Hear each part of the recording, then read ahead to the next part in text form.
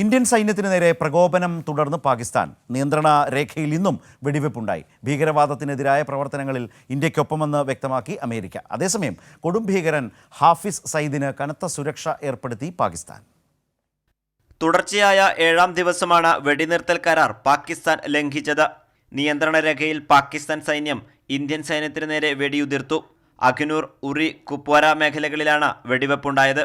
പ്രകോപന നടപടികൾ തുടർന്നാൽ ശക്തമായി പ്രതിരോധിക്കുമെന്ന് ഇന്ത്യൻ സൈന്യം വ്യക്തമാക്കി. പ്രതിരോധ പ്രവർത്തനങ്ങളുടെ ഭാഗമായുള്ള നാവികസേനയുടെ മിസൈൽ പരീക്ഷണം ഗുജറാത്ത് തീരത്ത് ആരംഭിച്ചു. ഇന്ത്യ തദ്ദേശീയമായി നിർമ്മിച്ചെടുത്ത ദീർഘദൂര മിസൈലുകളിലാണ് നാവികസേന പരിശീലനം നടത്തുന്നത്. അതേസമയം ഭീകരവാദ പ്രവർത്തനങ്ങളിൽ ഇന്ത്യക്കൊപ്പമാണെന്ന് അമേരിക്കയും വ്യക്തമാക്കി.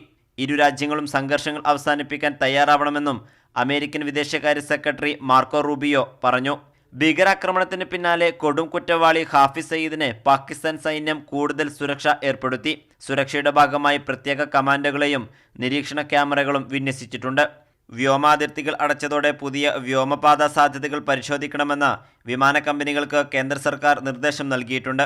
പാകിസ്ഥാൻ വ്യോമപാത ഒഴിവാക്കിയ സാഹചര്യത്തിലാണ് കേന്ദ്രത്തിന്റെ നിർദ്ദേശം. പ്രതിരോധ പ്രവർത്തനങ്ങൾ ശക്തമാക്കുന്നതിന് കേന്ദ്ര നേതൃത്വം ഇന്നും നിർണായക യോഗം ചേരും. കൈരളി ന്യൂസ്, ദില്ലി.